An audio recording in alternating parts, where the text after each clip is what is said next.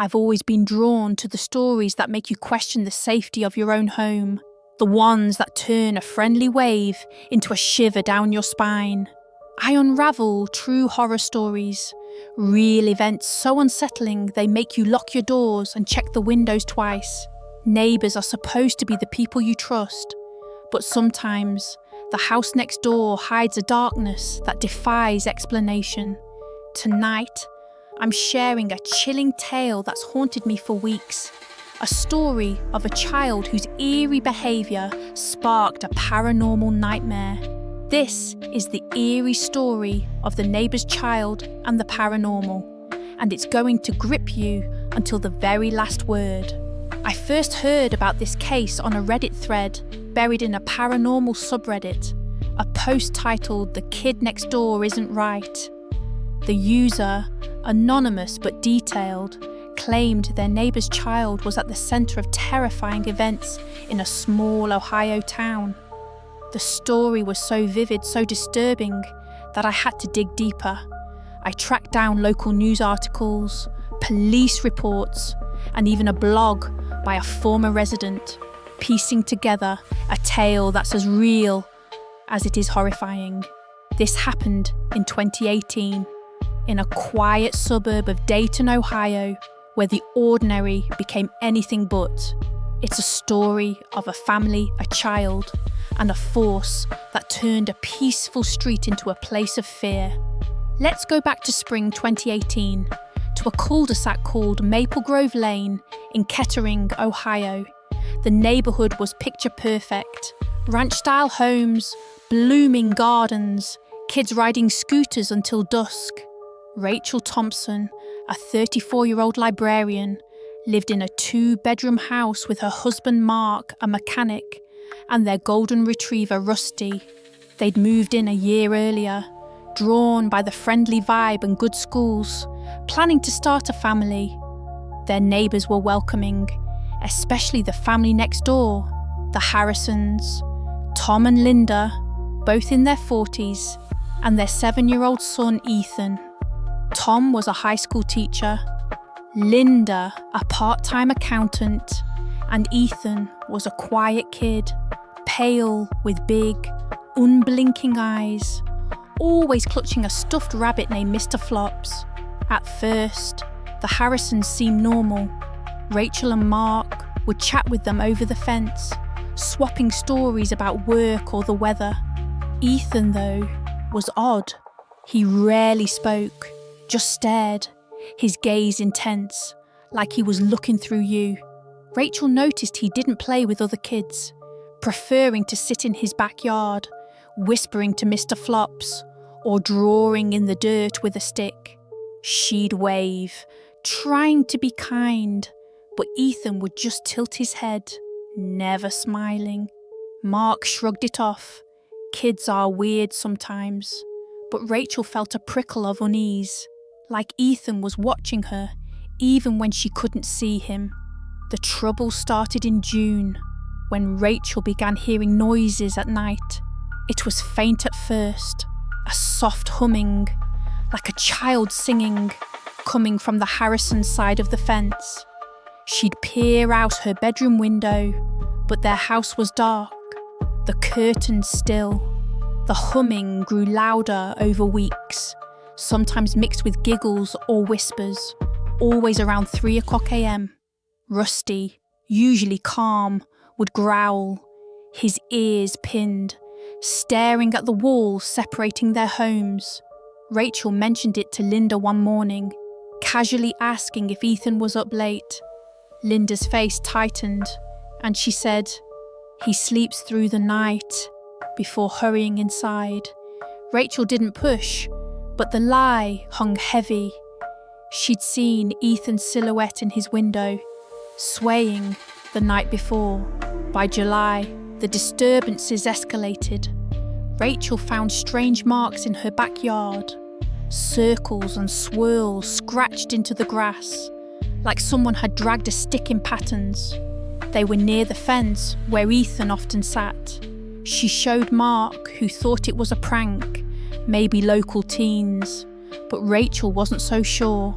The marks appeared overnight, too precise for a kid's doodle, almost ritualistic. Rusty refused to go near them, whimpering when Rachel tried to tug him closer. Then came the knocks, sharp, rhythmic taps on their back door, always at 3:00 a.m, always 3 in a row. Rachel would rush downstairs, flashlight in hand, but no one was there, just the empty yard and those eerie circles glowing under the moonlight. One night, Rachel set up her phone to record the backyard, hoping to catch the culprit. At 3:02 a.m, the footage showed a small figure, Ethan, climbing over the fence, his movements jerky, unnatural. He stood in the centre of the yard, staring at the house, his eyes reflecting the camera's infrared light like a cat's. He held Mr. Flops, but the rabbit looked wrong, its head twisted, stuffing spilling out. Ethan whispered something, too low to hear, then dragged his stick in the grass, carving another circle. He froze, as if sensing the camera, and looked directly at the lens, his face blank, but his lips curling into a slow, unnatural smile. Then he climbed back over the fence, vanishing into his yard. Rachel watched the video at dawn, her stomach churning, her hands shaking as she showed Mark. Mark was furious, ready to confront the Harrisons, but Rachel begged him to wait. She felt it wasn't just Ethan. Something was off. Something bigger. She started noticing Ethan's behaviour more closely. He'd stand at the edge of their driveway, staring at their house for hours, unmoving, even in the rain. Once, she caught him digging in their flower bed, pulling up roses and muttering, "They don't like it here." When she asked what he meant, he ran, clutching Mr. Flops, leaving a trail of dirt.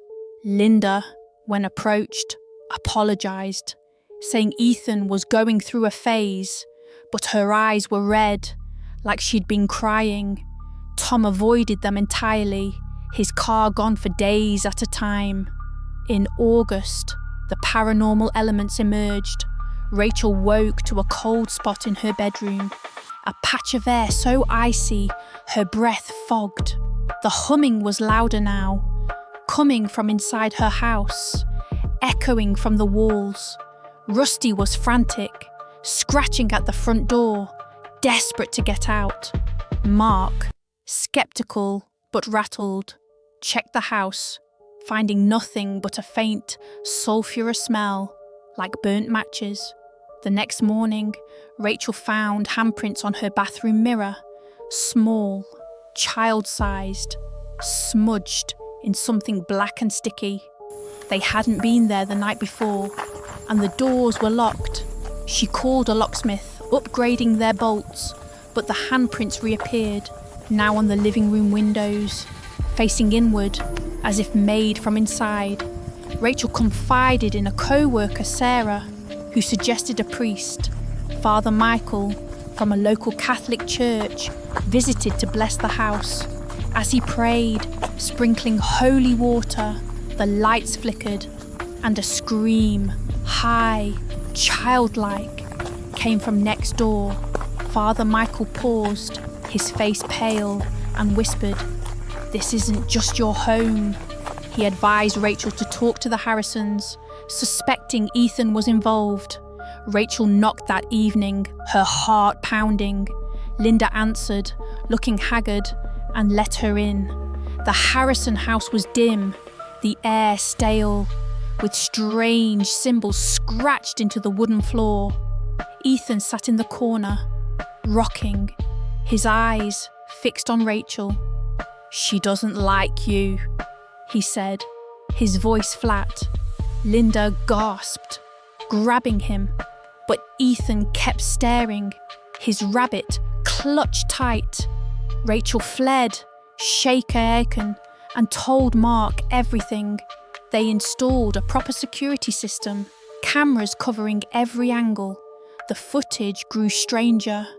Ethan was caught multiple times, always at 3 o'clock a.m, sneaking into their yard, carving circles, whispering to no one.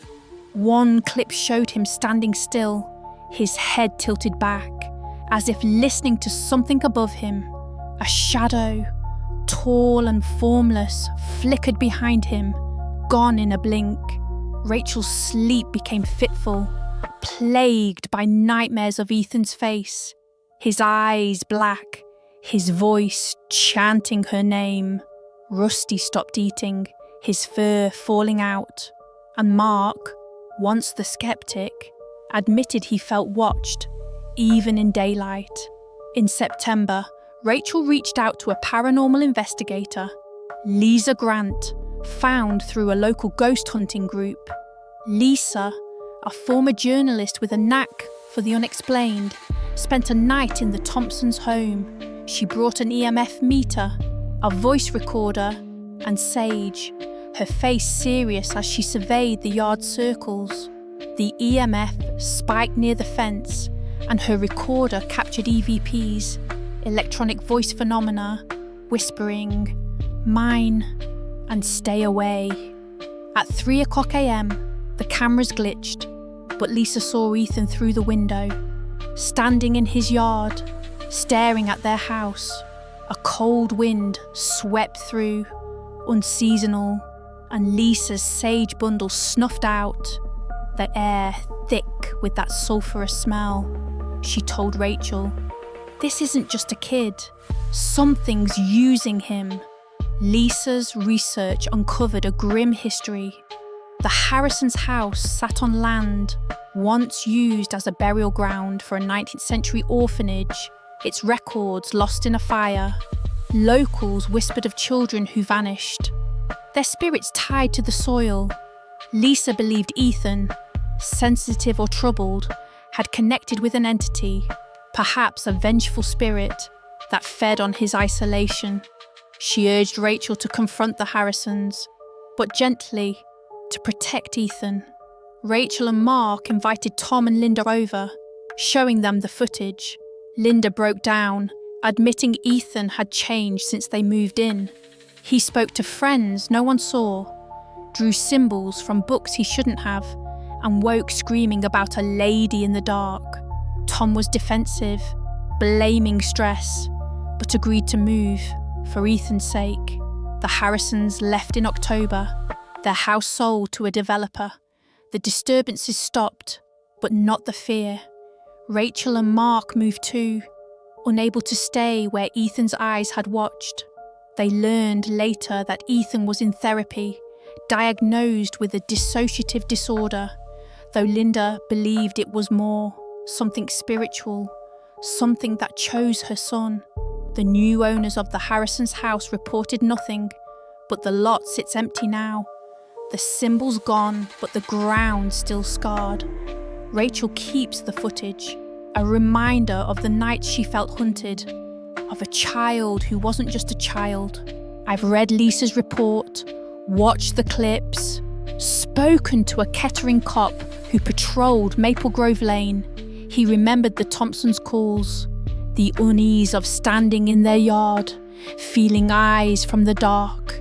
This is the eerie story of the neighbour's child and the paranormal, a tale of innocence twisted by something ancient, something cruel.